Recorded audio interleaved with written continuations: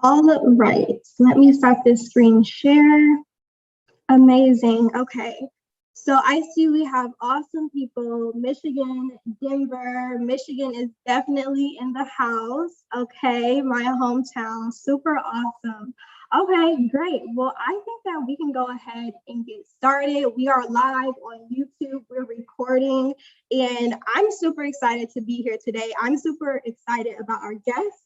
But thank you all so much, and welcome to our very first ever Green Table Talk for Millennials for Environmental Justice, which is a small nonprofit organization doing everything that has to do with environmental justice, social justice, health justice, really the whole shebang. And that's what this Green Table Talk is for. It's an informal setting for us to talk about those issues and to also learn about amazing organizations and people doing work around the health field, social justice, and environmental justice field, especially young people like millennials like us.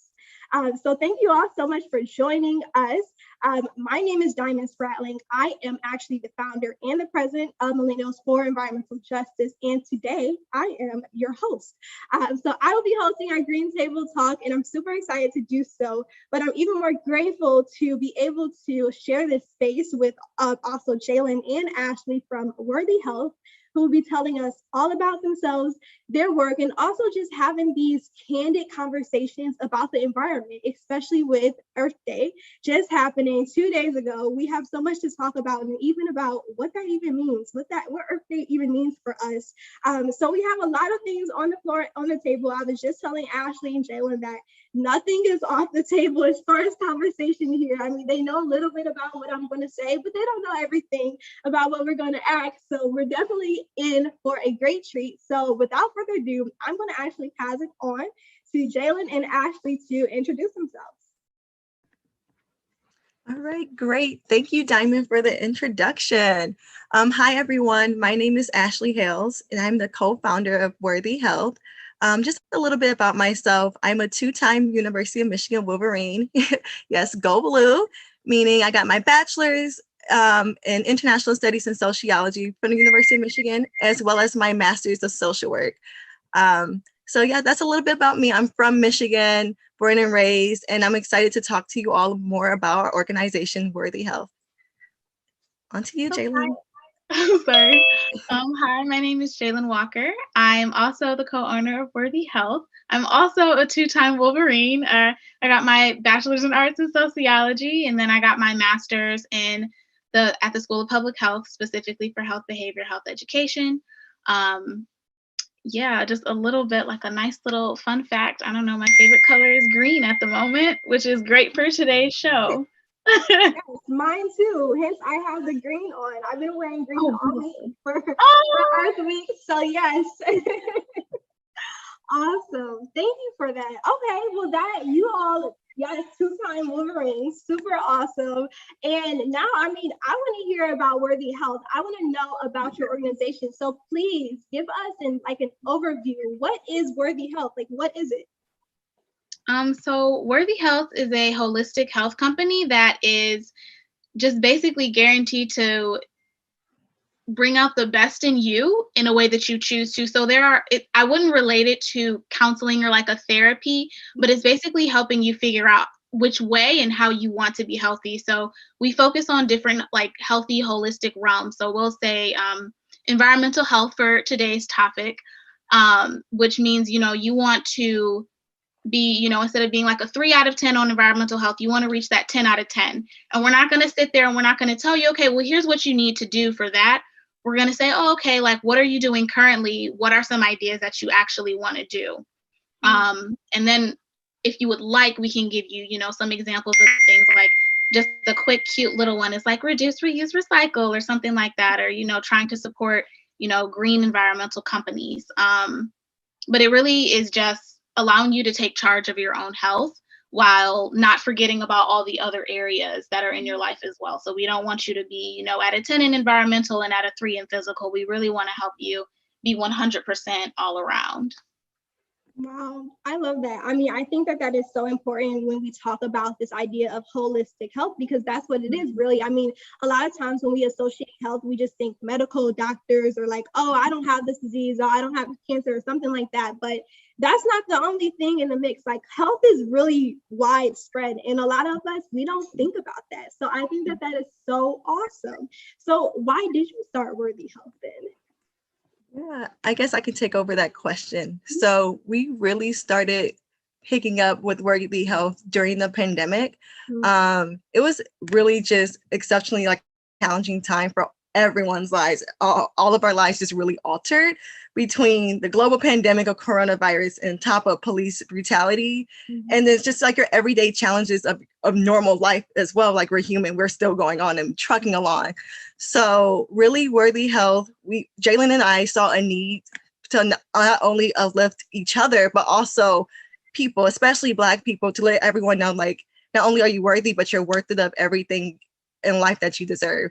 So really, that's how it really transformed and become to where it is. So yeah, that's why we started it. I know for myself, during the pandemic, I was just deteriorating. I was losing my physical health, spiritual health, all of that. So once I really was able to focus on all spectrums of wellness, that's when I really felt complete, whole, and I felt so much better about my life. So I know if it impacted me, focusing on my holistic wellness, it can also impact so many other people in so many different ways. So that's why we started Worthy Health, just to work on small changes, small steps to work on realistic and holistic truths with you. So yeah, that's why we started. I love that. I think that is so inspiring, the work that you all are doing. I feel like that is so amazing. So kudos to both of you all. Before I go to my next question, I just want to say to everyone who's here joining us, first of all, thank you so much again for joining us on our first ever Green Table Talk. But also, this is a conversation. This is conversational. So feel free to take your video on, put your videos on if you want, and also unmute yourself if you want want to join in on a conversation, or if you have questions, you can say those questions verbally, but you can also drop them in the Q&A and also in the chat box. So please feel free to do that. Okay, great. So moving on though, because I know that you all for Worthy Health, you're focusing on environmental health this month, right? Yeah, which is very timely. I mean, we have Earth Day, but it's actually Earth Month. So we're celebrating the whole month. So I want to know though, like, what does our environments have to do with our health? Because a lot of people don't make that connection. And I mean, I do the work every day, but a lot of us still may not make that connection. So what really does our environment have to do with our health? So there are two types of environments that we live in, and that's our social environment and our built environment. So our social environment is like who we hang around, where we find the space for where we get our energy, introvert versus extrovert, that type of stuff. And you can kind of relate that one to your social health as well. So we'll kind of leave that. I think that's kind of like a basic explanation. So your built environment is a lot more intricate than that. That's thinking about all of our world issues and seeing how they interact with each other. So specifically for us and everything like that. So I live in Detroit. I live in the city. And while I don't live near, downtown area or anything like that, I know that the downtown area is more likely to have pollution and worse off health outcomes because of everything else that is going down there. I know that there are certain areas in Michigan even where there are landfills right in people's, backyards. It's stuff like that, like your built environment, things that you are literally walking out into your environment, you can see, or things that affect your body eventually over time. So like think Flint water crisis, things like that, where it's something that you can't necessarily change right away, but it can get better over time, if that makes like a little bit more sense. And Ashley, if you have anything like extra to say, please feel free. Yeah, just echoing what Jalyn said, like your social and your natural built environment, it just really impacts your holistic wellness. So just to dive in a little bit more about Worthy Health. So we do have a wellness philosophy, which is that wellness is not one dimensional and neither are you. So our approach to help people reach their health goals is through our 12 dimensions of wellness, and that includes environmental health. So like Jalyn said, environmental health, everything overlaps in our wellness circle. If you've ever seen it, it's like little pieces overlapping with each other because everything is interconnected. So going on to your both environment, what you see in your environment might impact your physical health, might also impact your social health and also your mental health. So it's important to find ways and find strategies where we can mitigate those issues. And we are able to, at Worthy Health, we're trying to find those steps and making sure it's realistic because the environment, especially the built one, is very hard to develop strategies for, but it's also possible. So making sure it's realistic to everyone. Well, yeah, I mean, I think that that's exactly right. And I think a lot of us, we don't understand that, especially like in our different disciplines. Like for me, I'm an environmental health person, but I work in urban planning department for an organization, and those urban planners do not get that our like built environment impacts our health. Like even things like gentrification and like in real estate and stuff, like, oh, we want to develop this, that, and the other. Okay, but do you think about the community that already exists here? Like how are you like you building this entire new structure in this neighborhood? Like, do you not understand how this is going to impact the community that's already there? Like, I feel like that's not being taken into consideration. Like, we don't think about that at all. Like, it's just, there's a separation. And I wish that more people would make this holistic health connection like you all are doing. Yes, I agree. Oh, sorry, Jalyn. I was going to say, like, I really, really appreciate your statement right there. And I feel like one of the things that I've learned throughout, just be working with Worthy and while I was in school is that there needs to be a lot more communication between these large scale organizations and the actual communities that they're building all of these things around. So I live near 7 Mile, which I'm pretty sure for those of us that are in Detroit know that it's getting very gentrified over here right now. They're making a lot of organic stores and everything, and it's very appreciated. I love organic food as much as the next person, but I know that some of the people that are over here are like, this is not what I asked for, this is not what I want, and this is also not what I can afford. So what are you doing? So you're trying to bring people that you're basically building up and trying to create this environment that's for people outside of this community. and it doesn't make any type of sense to the community at hand or at large. But yeah. Yeah, and I was going to say the exact same thing Jalyn said. It needs to be like a cross-disciplinary approach, because you need to have social workers in the building who can actually see the societal structures and that can help alleviate these issues, as well as the public health professionals. But not only that, maybe the people who are not that educationally or professionally trained, but who are advocates in their communities need to be involved and have a seat, not at the table, but actually bringing the entire table there, because that's their community. And they should have access to what happens within and what's not in it as well. I'm gonna snap for that, because yes, I mean, that needs to be a tweet or a hashtag at this point, because that is exactly right. Like, you're coming into these communities, but what are you doing for the community? How are you making decisions for people you barely even know? You're just gonna say, oh, let's do this, let's do that. You don't even know what the needs are in that community. And like you said, Jalyn, affordability, like, okay, I love organic food, I love all those things, but if the people in the community can't afford it, who are we doing it for? Like, at this point, like, you're not working for the community, you're working for other people to come into those communities and take over. Like, that's not right at all. Wow. So thank you so much. Yeah, I mean, I feel like, so like, I guess my next thing is like, what do we do? Like, what can be done? I don't know, like on an individual level, on a community level, even a policy level. And I know policy is so broad and so difficult, but what in the world can we do? So for Earth Day, I have made my mother my pet project. So we're going through our rooms in the house for like this month, and we're saying, okay, how can we make this space greener? So for our kitchen, which was like the easiest example, we threw out most of our plasticware. It was very, very simple, and we didn't throw it out, we recycled it. So we did a very good job. And we made sure that the people that we were recycling actually take it to a recycling facility. So it's all good. We replaced everything with glass. And that's one way that we can just, okay, like make sure that we're not trying to pollute our environment any more than it already is. For like your local level, I would honestly say that advocacy is one of the most important factors. You can, try to take on this whole entire thing by yourself if you would like to. Personally, I don't recommend it. I think we can all say that everything works better when you have a partnership.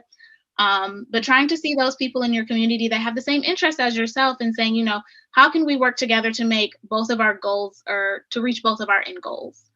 And then on a policy level, finding that issue, like you can't tackle everything at once. And sadly, our state legislators and everything, they don't really have a lot of time to read over every single last details of our letters. But if you get to those most prominent points, like, hey, there are landfills in my backyard, our asthma rates are rising, there are more children being born with birth defects, and this is what it does. Like, do your research and then send them all these things.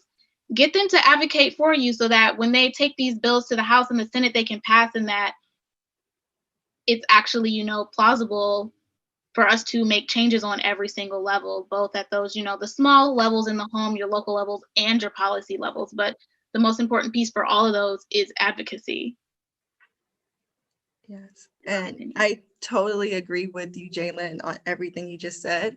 Community organizing is so important. I think a lot of time people are afraid of policy because it's gatekeeping. A lot of times, like, people feel like that's not for me, I don't know much about it.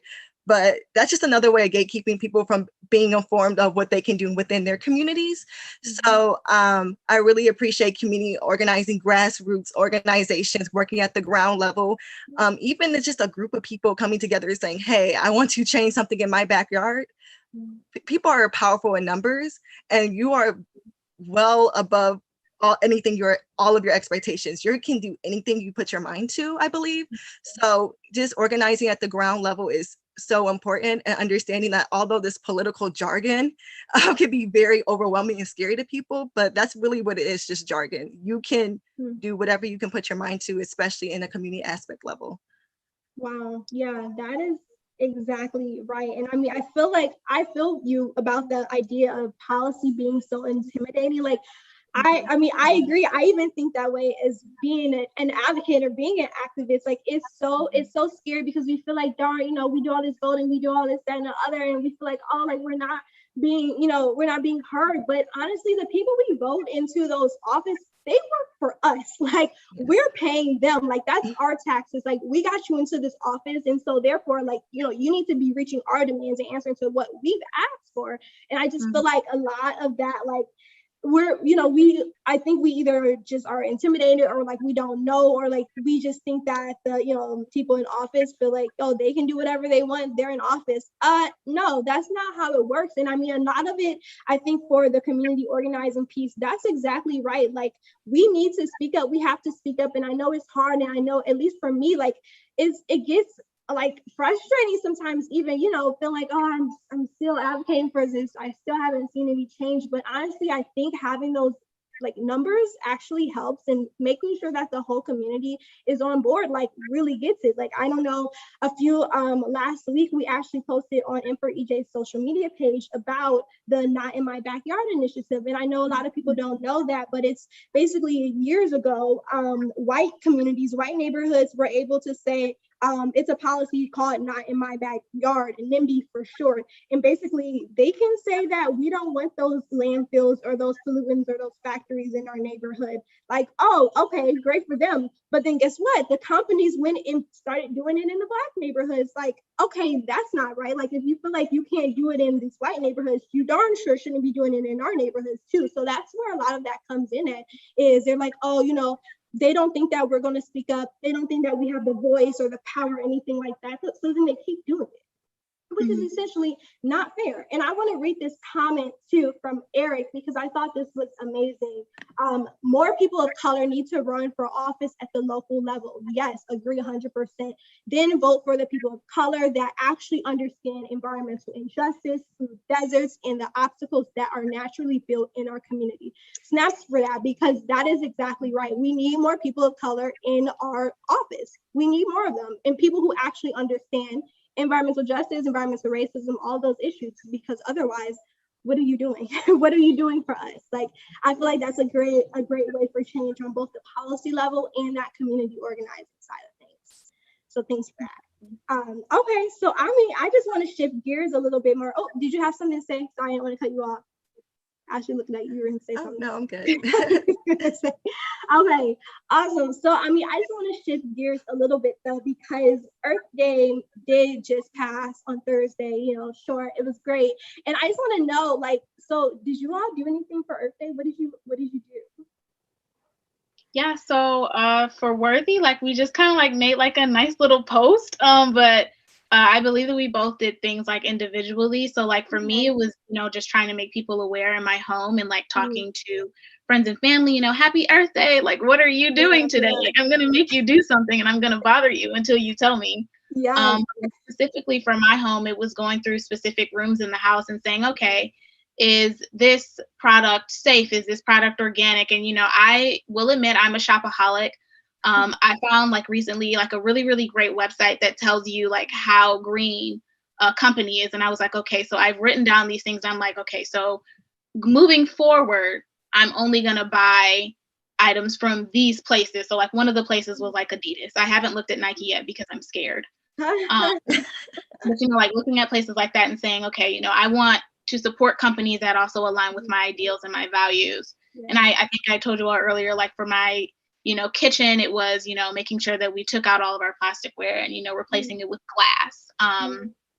So just making little changes like that. And this is not something that, you know, I plan to forget once the month is over. Like, I'm hoping that eventually, like over time, I'm going to be able to keep on doing all these things and staying more focused with my beliefs and my values. And also just trying to, you know, make sure that I, you know, pressure my friends and my family to, you know, do the same. They don't have to do everything, but just, you know, one little change can make a very big impact. Awesome. What did you do, Ashley? Did you do anything? It's okay if you did. Yeah, no. So for me, so in undergrad, I took this class called Sociology of Animals, and it really like changed my viewpoint. Well, almost did at the time of like what I'm consuming in my body, especially environmentally. The meat industry has a huge impact on the environment. So on Earth Day, I turned into a pescatarian, but on Earth Day, I was completely plant-based. So just a small step. Hopefully I can maybe do once a week plant-based. It's already hard enough for me to be a pescatarian, but those small changes can really make it. Yeah, it's difficult, but because I like everything, but just those small changes can make a huge difference in your environment. So that's something I did. I always encourage my family to become plant-based. However, they have to have their meat. So hopefully one day I can convince them completely, at least one day out the week, or maybe even one meal. So just to start small. Wow, that's super awesome. Yeah, I mean, and I feel like for a plant-based, I'm a vegetarian. I've actually been vegetarian for like 11 years now, which feels weird to say. Yeah, I've been vegetarian for a long time, and I'm completely allergic to seafood, so it's a little bit easier. So I can't even eat seafood, so it wasn't too bad. But something that I read a couple of months ago was just about the amount of privilege that comes with being able to be a vegetarian, being able to be a vegan, or even just eat plant-based, because one, it costs so much, and you got to go to like Whole Foods, you got to see, do I have a farmer's market near me, Trader Joe's, things like that. Like there's not a lot of options, and like to be able to even do that is very privileged. Like when I was in Cambodia, everyone's like, what do you mean you're not eating like meat?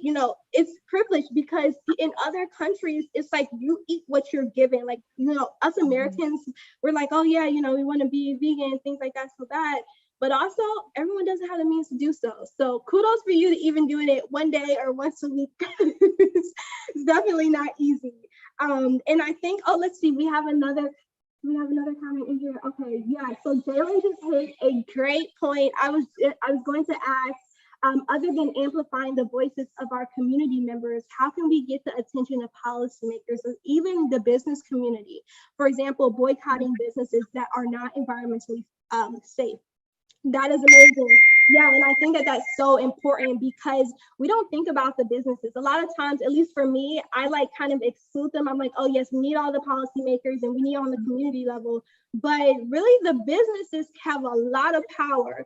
Like honestly, if they could just say like, we're not, we're only serving, environmentally friendly things like that, I think that would be so awesome. Oh, I think that Ashley jumped off by mistake. Hopefully we'll get her soon. Okay, she's getting, let me get her back in here. But yeah, I think that was a really amazing point here. Okay, let me pin Ashley back. Let's see, we got you back. Okay. I'm back. Wi-Fi went out, but I'm back. Awesome. Yeah, it's okay. Zoom is not, Zoom has its own issues. But yeah, I think that was an amazing point. But the reason why I asked about Earth Day, because I was trying to recall earlier today, like, did I always celebrate Earth Day? Like, I feel like I didn't really do anything Earth Day related until I got to undergrad, because I studied environmental policy at school. And so we had a whole Earth Day, Earth Month, things like that. But other than that, I don't really think I've ever usually did anything other than like this year. I was really like adamant and like posting a lot on my personal social media to get more people involved who wouldn't normally know about it. But I just feel like, what exactly is Earth Day? Because some people, I saw this thing, they were like, oh, happy birthday, Earth. I don't know that this was the day that Earth was created. I don't know that was the case. I think a lot of people were just like acknowledging the land that they were on, which I love that, just acknowledging the space and the air and things like that. And then other people were just posting pictures of their traveling experiences, being different places, which I thought was cool too. But I know for me, I was posting more so about like environmental justice, just because that's what I'm passionate about. But I know that like Earth Day, it just seems so broad, and the environment just seems so broad too. So it's like, I wish we did have Environmental Justice Day, but I guess, how should we, acknowledge Earth Day, and I think this is what Alex is asking as well. She says, do you have more suggestions for celebrating Earth Day? As a child, I usually planted a garden, and a lot of people like to do gardening. That's really great, so, but do you have any other like suggestions for what people could do? Yeah, absolutely. So I actually think that like Earth Day for me is like a representation of just like appreciating the earth that we are on. And basically saying thank you by trying to do something kind, like planting a garden. Like that's so cute. That's really sweet. I love it. It could be something like planting a tree, and it can be traveling, but doing so in a way that, creates like less pollution. So maybe you're not taking your car every day to work or something like that, like like we're doing now. But like trying to reduce in small ways, saying, okay, what is something small that I can do that can lead up to a big change? So stop getting plastic grocery bags at stores, or, like trying to advocate for your communities and trying to get like those community gardens going, or let me see, just doing research honestly on your own, making posts, trying to bring awareness to different issues and things that are going on in your community, supporting like those local farmers markets and everything else. And one of the things that it could be was, I'm going to go back to the comment that was made earlier, and I'm sorry, I can't remember their name, about, how do we get the attention of policymakers and these business people? And it's to stop being so scared and afraid of, the legal jargon and the repercussions of what could happen, and just saying, hey, like, I'm not willing to put up with this. This needs to change. And I'm going to go like on a different tangent now. And, it's kind of not going to make sense for a bit, but I'm not sure, but I remember very much so when I was younger, I wanted to be a model. And I remember a couple years ago, Victoria's Secret, they recently had to, like kick out a lot of their models because they were severely, underweight. And that was because of the public. They were basically like, no, like, this is not healthy. Like, this is the image that you're putting out there to our friends, family members, little girls and boys who want to grow up, saying that this body is attractive, this body is healthy, and it's not. Yeah. And we have to apply that same thing to environmental health and environmental justice issues. This is not safe. This is not okay. I don't want this pollution in my community. I want clean water for my community. I want a green environment. I want us to stop using so much oil. I want, I'm not exactly sure what they're called, but the little energy sun things that you can put on your roof and they'll power. Oh yeah, the solar panels. Yes. I want those on the neighborhoods in my house. I don't want to have to be on the electrical grid and things like that. Where it's like, okay, I can have a little, gas powered backup generator for my house, but for emergencies, like I want the solar powered energy coming into my house. And that's what I want. I want us to stop doing all this construction work and taking down all these rainforests and these trees. Some lands that are currently untouched, leave them that way. Yes. So that future generations can also appreciate them. Things like that.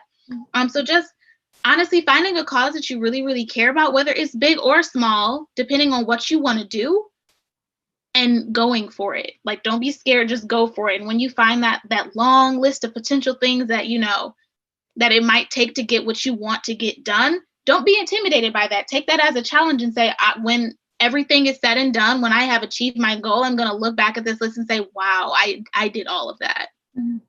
I did a great job. That's rewarding to think about. Yeah. And to echo off of that, to give like a real life example of like being an advocate and making things on the community and organizing level. In undergrad, I took a class, not undergrad, it was actually grad school. I don't know why I said undergrad, but in grad school, I took a Detroit class where I was a community-based initiative scholar, which is just basically a scholar that focused in Detroit. And all of our classes in the School of Social Work are action-based. And it was a community organizing class. And they're like, hey, there's illegal dumping happening across the street from an elementary school. Due to this illegal dumping, there are rats inside of schools and homes in that community. And it was like, okay, guys, what are we going to do? And how are we going to fix this issue?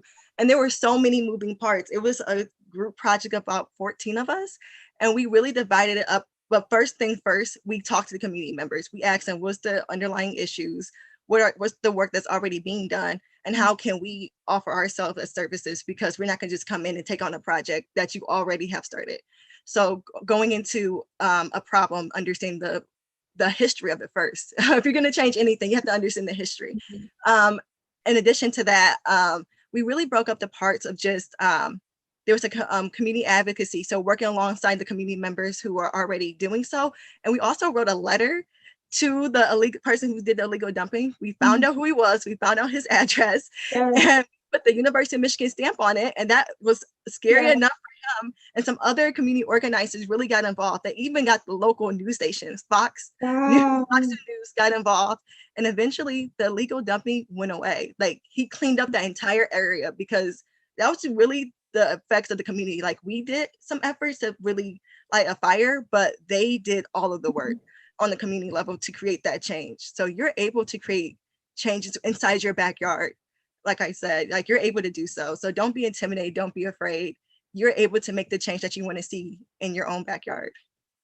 Wow, that is so amazing. That was so like inspiring to know that like essentially a school project turned into real life change. And I think that's why it's so important. Like, you know, we talk about the issues, you know, a lot. We talk about the issues all the time, but we don't really talk about that action piece of things. Like, okay, we know what the issues are, we know what's going on, but like, what are we going to do about it? And I think that's what's really lacking.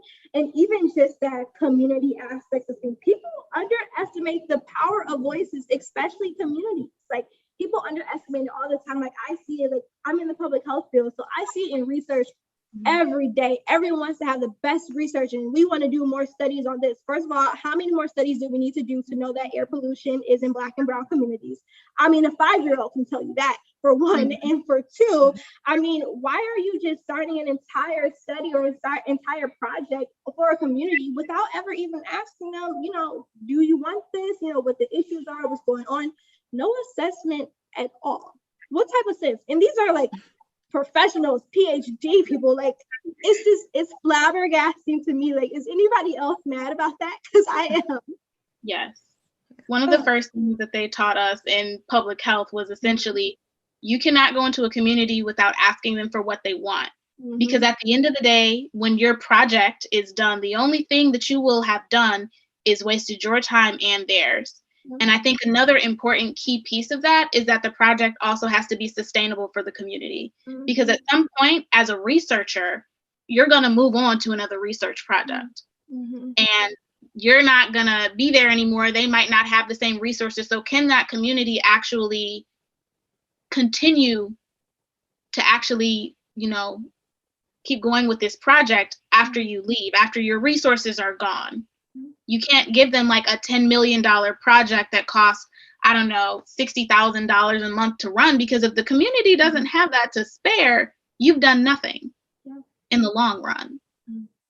Yeah, snaps for that, because that's exactly right. Like sustainability of the project, capacity for the community members. Like, okay, wow, this was a super great project. Now what? They're going, you know, what are we supposed to do with this? No one did any training with us. I don't know how to maintain these community gardens. Like, essentially wasting time, money, efforts, and then guess what? The community is back at square one. So that's a mess. That's not acceptable, but we see it every day, unfortunately, in our fields. Like I don't get it. So yeah, but I want to address, let me see, because Jacob is a BG alum too. So hey Jacob, address, let's see what he said here. I've been vegetarian. Okay, so back to the vegetarian comment. So I've been vegetarian for the last several years, and I think that piece of privilege is huge. It can be expensive, but it can also be inconvenient. Yes, I think that is a challenge for a lot of personal, environmentally friendly actions. Yes. How can we advocate to make these more accessible for everyone while also not trying to shame people who don't have the ability to take those actions? That's exactly right. I mean, I feel like I see so many people like, oh, you know, you're not vegetarian or you're not vegan, you know, blah, blah, blah. Okay, everybody, you should not shame anyone. For one, we don't know what anyone's bodies or anyone's health or anything can, or their culture. Can take. Yeah, exactly. Or like privilege or their finances or anything. So I think that is a great point that Jacob brought up. Jalyn, Ashley, do you all have any comments on that? He said, how can we advocate to make these more accessible to everyone? I think that's a huge question. Yeah, that is a huge question. That's something I have to marinate more on and reevaluate to see what we can do to make action steps for a healthier, like, or make a more accessible way for people to become plant-based if they want to, if it's for them. Because like I said, like you said, it's a lot of aspects. It's physical, cultural. Some people's culture cannot allow them to eat, to just be plant-based. So there's so many different aspects around it. I've been looking up inexpensive meals. I don't have the website right now. I think it's like a Facebook group I saw about how to create like inexpensive meals. to make it more budget friendly to be plant-based. However, that still doesn't solve the root of the issue, how it's just so expensive to purchase all of these items. And also if you're on the road and having to pay something, or like you said, the food deserts, what's in your backyard. You see McDonald's or Burger King all the time without seeing access to affordable, healthy foods. You don't see like the Aldi's or the Kroger there. So it's a lot of complexities within that. So I definitely have to take time to marinate on how to adjust that. But that's something I would definitely keep on the back of my mind on how to advocate on those issues. Yeah. Wow. Yeah, I will echo and say that is a doozy.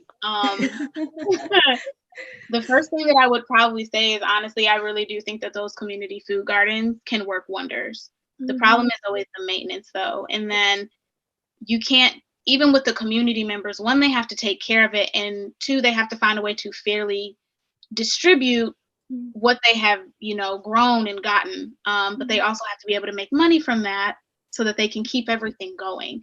And that's one of the issues that comes up with things like that. And even when you do have, like we got a Meijer in my neighborhood, I think maybe like 2 or 3 years ago. And although now, we might have access to those healthy foods, sometimes the quality of the product is not something that I would purchase.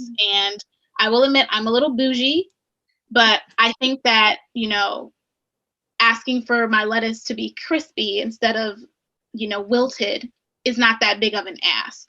So I think that we also need to get our stores that are in our food deserts, where that is our, only option for fresh products and everything.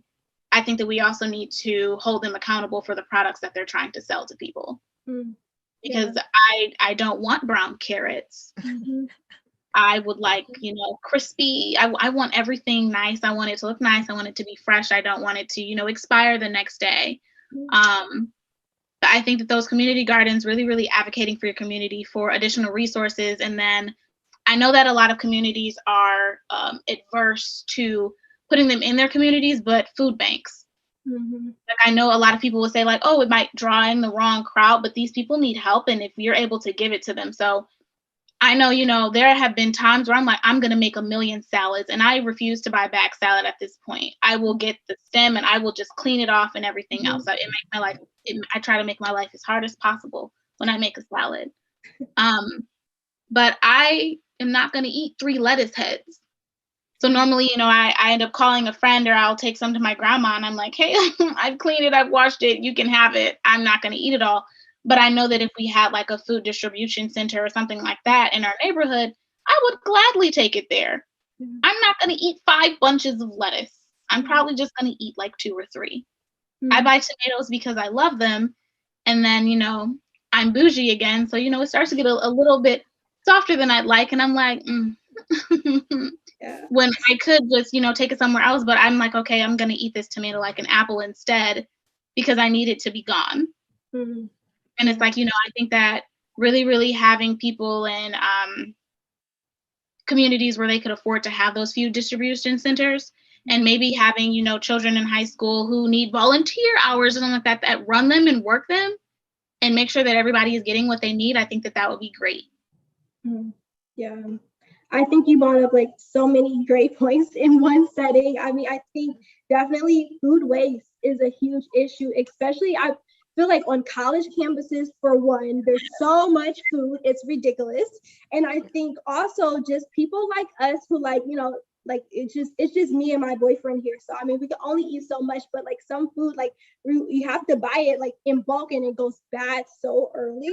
And so it's like, okay, well, let me try to hurry up and eat this food before it goes, like salads and fresh foods like that. But then it's like, we don't always have that time. So having the ability to like bring it over to another facility, I think would be so amazing, because food waste is ridiculous in this entire country, for one. And I think also, I don't know if people know, but there's this thing called Community Fridge, which I think is super amazing. And it's basically this organization who they have fridges all over the country, and basically people can go and they can fill it up, you can stock it.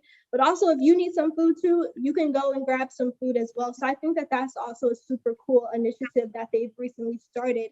And then another thing, what was I going to say? The other thing I think is important too, with at least like the plant-based thing and also the community urban gardens, is that like a lot of people don't know how to cook those foods. It's like, okay, cool, I have all my, zucchinis and things like that. Like, well, what do I make with this? How do I cook it? Like, I have no idea. So I think, maybe even an initiative where you're teaching people how to cook these meals, like, here's what you can make with this, in addition to the fruits and veggies that they give you, maybe a packet with, these are all the things that you can cook with it, or even like how many meals can I make with $20 or something, or like what plant-based foods under $20 can I do, for example. Maybe good ideas too. But I think, yeah, that's a big, huge question in quality of food too. I mean, I know in food security, we think access, availability, and affordability, but availability of food is just like, one, can I go to the store and see that the lettuce is in stock? And if it is in stock, like you said, Jalyn,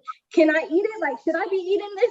Because if it's wilted and it's brown, like, I should deserve, nice, good quality food. Like, why is it that I can barely even access this good food in my own nearby store? That's a whole nother issue. That's ridiculous. Okay, let me see. We have some amazing comments here. Patty, thank you, Jalyn and Ashley, for being here. I'm enjoying this conversation. To the community organizing points, given that there is so much to change, what advice do you have for choosing a starting point? Another big question, how do we start?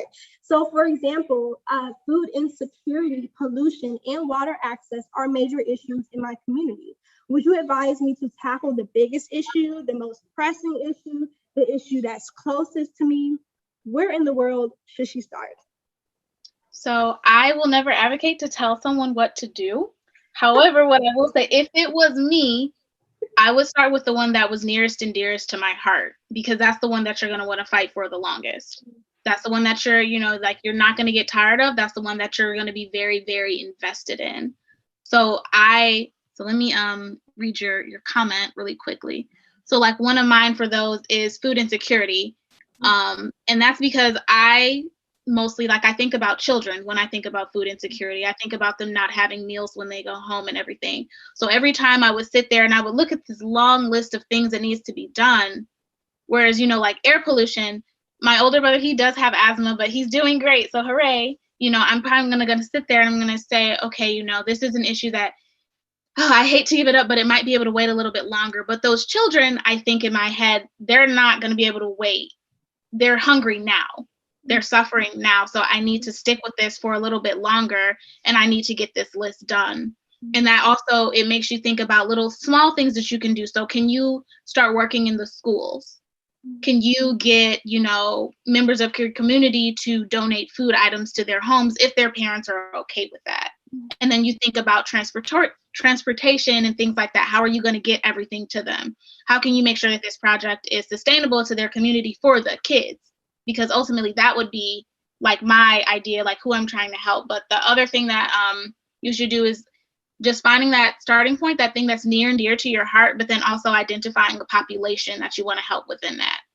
So like mine would be air pollution and children, food insecurity and children. It would be water access and children, because I care about like the next generation that is coming forward. I want them to be able to be better than we are now. I want them to, have a lot more empathy than our current generation does today.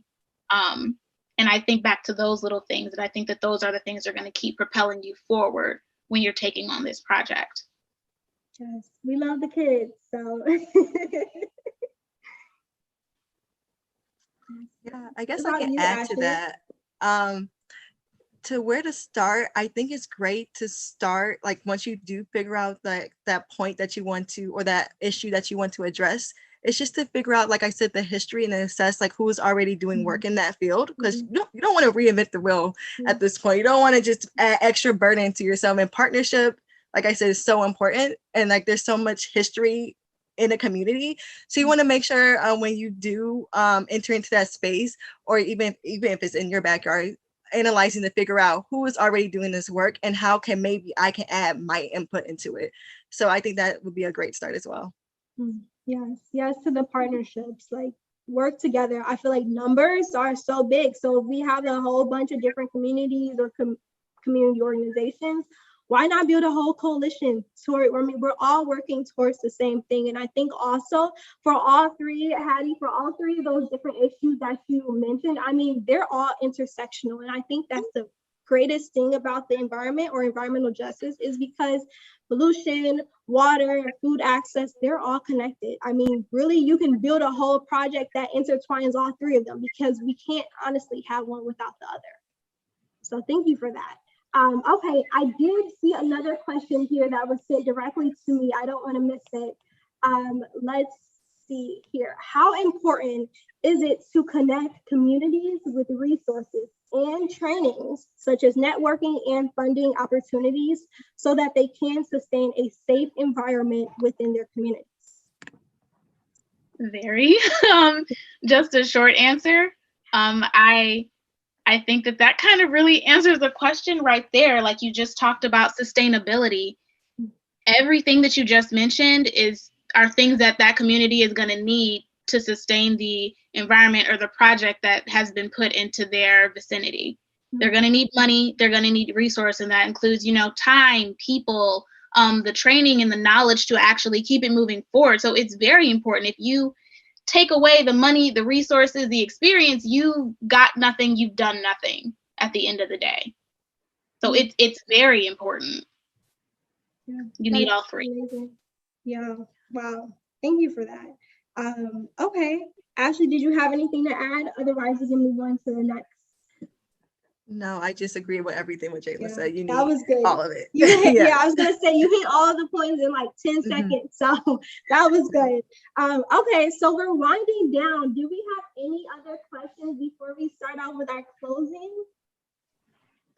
And feel free to verbalize those questions too, for anyone who's here in the audience. Okay, cool. So I want to know, well, what can we leave, like, what do you want to leave the audience with today? Because we've hit a lot of different points, from housing and gentrification, community organizing, policy, food security, like so many. But what do you want us to take from this conversation today? I guess I can start first. So I know we hit so many different points, and we hit like policy, like you said, advocacy, all of that. And it's so much to take in. So I do want to make sure everyone is taking care of themselves, because this is hard work. Advocating, community organizing, you're pouring so much into yourself as well as your community. So you just making sure that you're taking time for yourself and focusing on your holistic wellness. Focus on all 12 dimensions, because once you don't want to deplete yourself, and you're focusing so much on environmental health, that's so important, but you don't want to deplete yourself of your self-care, which we equal to self-love, and deplete yourself of your physical health, because you're pouring so much into your body, physical labor, trying to get what you need for your community and your resources. So continue to just not only advocate for yourself and your community, but advocate for your time off and learning when to say no, to take a step back, and creating those important boundaries that are needed when you're doing such taxing work. So important, but it's also very taxing. So just finding that that perfect medium. It's hard, but we all can do it together. Yes, here for it. The only thing that I would have to add to that is making sure that whatever you choose to do, and that is dimension you choose to focus on, project you choose to take on, is something that is going to be nourishing, which is one of Ashley and I's favorite words. It's going to be nourishing for you. That it's not going to be something that, you look at 2 months later and you say, I'm tired of this. That it's going to be something that you feel like you actually really can keep up with, because the R and the T in worthy is realistic and truthful. And we want to make sure that you are being realistic with yourself and you're being truthful about what you can actually handle. So just making sure that it's something that is going to be sustainable for you, instead of trying to pick something that is so huge and monumental that you're just like, I can't do this by myself. And it's okay to like ask for help, but make sure that it's at least something that you're going to be excited about whenever you look at it.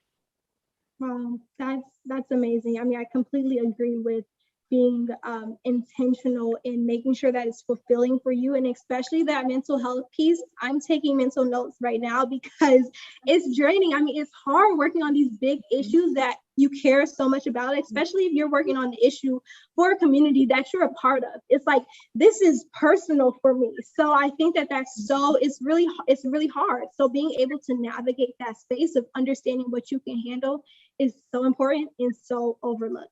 So how can we get involved? Like, what can we do like to support Worthy Health? Can we follow you on social media? Can we send you an email? What can we do? Like, let us know. So I'm going to put our email and our Instagram in the chat. Ashley and I are very, very open to answering any questions that you all may have at any point in time. We have new content every single month.